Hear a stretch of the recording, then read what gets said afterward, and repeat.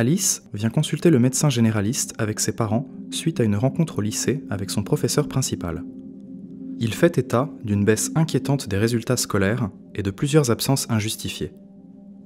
Les parents soupçonnent un usage de drogue. Ils ont constaté un changement dans ses fréquentations, ainsi que des demandes plus fréquentes d'argent de poche.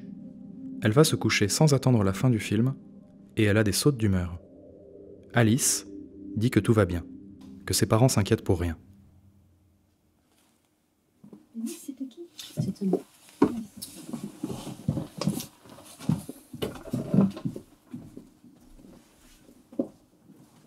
Allez-y, asseyez-vous, je vous prie.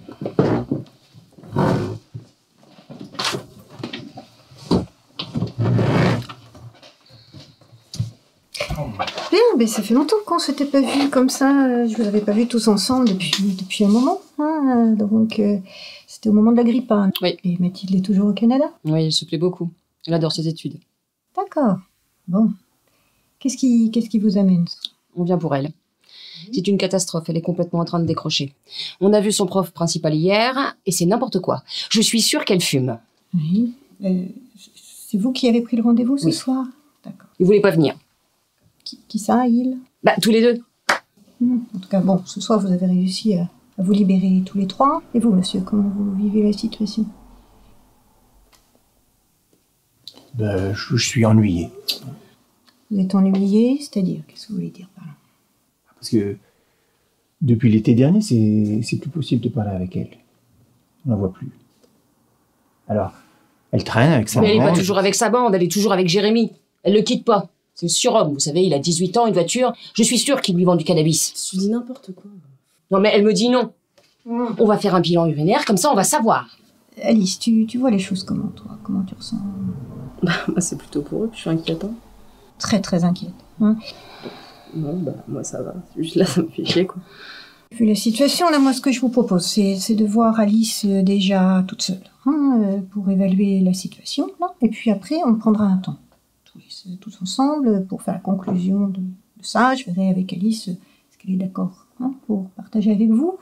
Puis on va voir, parce que ça vous convient. D'accord, ouais. Bon. Ça te va? Oui, bah, oui. Bon, je vous invite à passer en salle d'attente. On va voir ça ensemble. Bon, alors, ce que je te propose, c'est vraiment un temps pour qu'on voit ensemble comment tu vas, pour qu'on parle de toi, pour évaluer la situation. Hein. Et puis, on se mettra ensuite d'accord pour voir ce qu'on redonne à tes parents par rapport à ça. D'accord? Ça te va? Moi, j'ai rien à dire, mais bon, ça va. Ouais. En même temps, là, d'après ce que je comprends, au niveau scolaire, c'est plutôt difficile pour toi. Avec tes parents, c'est très tendu parce qu'ils sont visiblement très inquiets. Ça ne va pas être si facile que ça quand même. Donc, tu es en terminale, hein, c'est ça? Tu as 16 ans, donc tu avais un an d'avance, tu as un an d'avance, hein, c'est ça? Tu sais ce que tu veux faire après? Bah, plus ou moins, quoi. Mais bon, là, l'objectif numéro 1, c'est surtout de me barrer de la maison. D'accord, et ça fait longtemps que c'est comme ça? Bah, je dirais 2-3 ans. Et ça remonte à beaucoup plus loin que l'été dernier, comme disait ton père. Ouais. D'accord. Et tu as pu en parler avec tes parents? Bah, c'est plus possible de parler avec eux, en fait. Ta mère, tout à l'heure, elle parlait de cannabis. T'en es où dans tes consommations? C'est un joint de temps en temps, ça va. D'accord. Et alcool, tabac, ça donne quoi? Tu fais toujours du hand de façon assez intensive, dans mes souvenirs, hein? Ouais. Pas forcément bon ménage. Ouais, mais bon, quand on fait la fête, quoi. Enfin, on va jusqu'au bout. Et ça t'arrive souvent de faire la fête? Bah, le week-end, le vendredi, le samedi, bah, du coup, le dimanche, bah, je dors. Tu récupères? Ouais, oui, en général. Parfois, c'est chaud. T'es souvent libre? Non, pas vraiment. Ça veut dire quoi, ça? Une fois par week-end? Non, plutôt une fois par mois. Et le joint, là, dont tu parlais tout à l'heure, une fois par semaine, une fois par jour, une fois par mois? C'est plutôt une fois par semaine. C'est quand je suis avec mon copain. Bon, le lundi, tu es comment? Bah, le lundi, ça dépend vraiment, mais le lundi, c'est le jour où j'ai mes 3 heures de maths et ça me fait trop chier. Enfin, je comprends même pas pourquoi je suis en S, franchement. Donc, pas mal de questions, finalement, qui tournent en ce moment pour toi. D'accord. Ton travail scolaire, ton rapport avec tes parents. Après, dans la façon dont tu parles de tes consommations, là, j'ai pas l'impression que tu sois très inquiète. Bah non, pas spécialement. En même temps, faut être clair, tu es jeune, consommer des psychotropes, c'est pas complètement anodin. J'ai quelques documents là qui sont sur les produits, qui sont plutôt pas mal faits. Il y a des informations que tu connais sûrement, d'autres que tu connais peut-être pas. Ça concerne en fait tous les produits. Et puis il y a aussi des petits questionnaires d'auto-évaluation, ce qui peut te permettre aussi de voir où t'en es par rapport à ça. Tu donnes ça? Okay. Tu jettes un œil. Je te verrai bien dans une semaine, si tu veux. Ouais, d'accord. Avec là, du coup, on prend le temps. Enfin, t'as vu, il y a beaucoup de monde. Ce soir, je peux pas, mais on prend le temps et on évalue la situation. Et puis, bon, l'autre élément, moi, que je trouve là, du coup, préoccupant, c'est que je sens beaucoup de tension entre vous. Là, vraiment. Et du coup, je pense que ça pourrait être pas mal pour vous que vous alliez à la maison des adolescents. Tu connais ça? Non, je connais pas. Non. Alors, la maison des adolescents, c'est une structure qui se trouve place de la République et donc qui regroupe des professionnels spécialisés pour accompagner les jeunes et leurs parents. Je vais dire ça à tes parents aussi. Je vais leur conseiller d'aller là. Et puis, je vais leur dire qu'on se revoit dans une semaine pour poursuivre l'évaluation. Bien, donc on a commencé à faire le point avec Alice. Alors, elle consomme? Vous lui avez fait un test urinaire?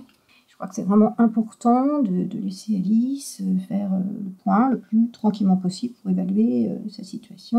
Et donc, du coup, la question d'un bilan urinaire, là, actuellement, n'est pas du tout ce qui paraît le plus pertinent.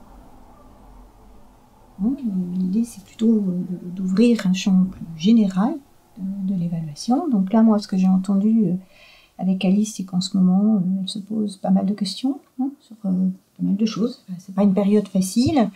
Donc, du coup, on a convenu qu'on allait poursuivre une évaluation plus globale. Je la revois dans, on a dit, une semaine. Par contre, je pense que ce qui pourrait vous aider actuellement, ce serait d'aller à la maison des adolescents. Vous connaissez la maison des adolescents? Non. Alors, la maison des adolescents, donc, c'est un lieu avec une équipe de professionnels spécialisés pour les jeunes et pour leur entourage, avec donc médecins, psychologues, éducateurs. C'est surtout le cannabis qui pose problème. J'entends bien que c'est comme ça que vous voyez les choses, mais c'est un endroit où il y a aussi une consultation jeunes consommateurs avec vraiment des professionnels spécialisés sur la question des psychotropes, et donc, du coup, ils pourront travailler là-dessus aussi avec vous. D'accord ? Très bien. Donc, ce que je vous propose là maintenant, c'est qu'on se revoie tous ensemble dans 3 semaines pour voir comment a évolué la situation. D'accord ? S'il y a besoin, moi je pourrais me mettre en lien avec ces professionnels là de la maison des adolescents pour travailler avec eux. D'accord ? Oui. Très bien. Donc, si on remet un rendez-vous dans 3 semaines à 19h, comme ce soir, un jeudi, ça vous convient ? Oui, d'accord. Tu pourras venir? Ben oui. Ok. Alice, ça t'ira aussi ce soir à 19h ? Oui, bien sûr. On fait comme ça ? D'accord. Ok, bah alors vous voyez avec la secrétaire, et puis du coup, je vous attends dans 3 semaines. On a l'impression qu'on est dans une situation un petit peu inhabituelle. On a habituellement un patient vient voir un médecin en disant docteur, j'ai un problème. Alors que dans cette situation, on a des parents qui amènent leur fille en disant notre fille a un problème qu'elle ne reconnaît pas. Est-ce que vous pourriez faire en sorte que notre fille reconnaisse son problème? Et en plus, est-ce que vous pourriez faire en sorte de la soigner pour un problème qu'elle ne reconnaît pas? Qu'est-ce que vous pouvez dire de cette situation qui est un petit peu paradoxale? Oui, alors effectivement, toute la difficulté pour le médecin consiste à reconnaître les difficultés de chacun sans se faire instrumentaliser par personne, sans perdre personne, et on est là sur un exercice compliqué.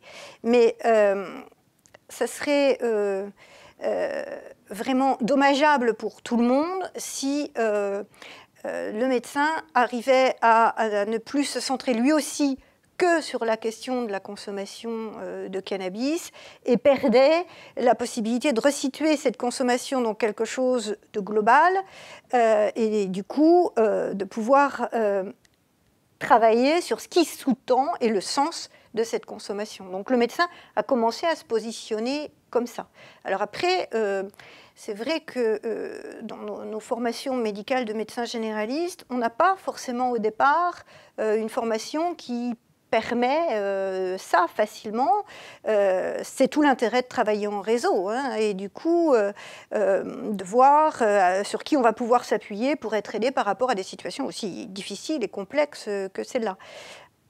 La proposition à la fois de revoir le jeune et ses parents, et puis en même temps de les adresser vers un partenaire, c'est vraiment ouvrir un parachute. Parce que ce qui paraît important, c'est qu'il se passe quelque chose. En fait, cette situation-là, pour le jeune, qui n'est pas encore catastrophique, même s'il est déjà en échec scolaire, elle pourrait prendre des proportions beaucoup plus graves si ce n'est pas entendu. Enfin, lui, le jeune, il identifie la situation comme problématique depuis 2 ans déjà. Hein.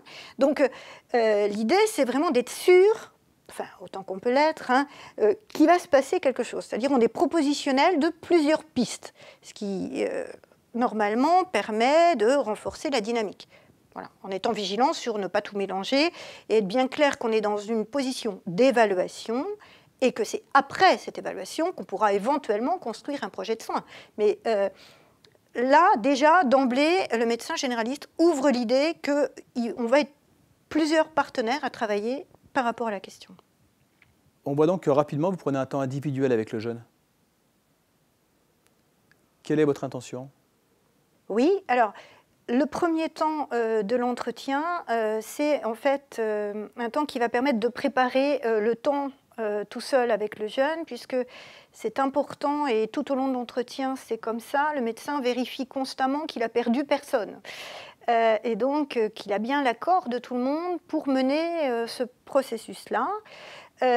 Donc c'est vrai que comment dire, le fait que ce soit la mère qui ait pris le rendez-vous et c'est elle qui manifeste là une tension vraiment très importante, enfin, le médecin la rejoint dans son inquiétude par rapport à ça.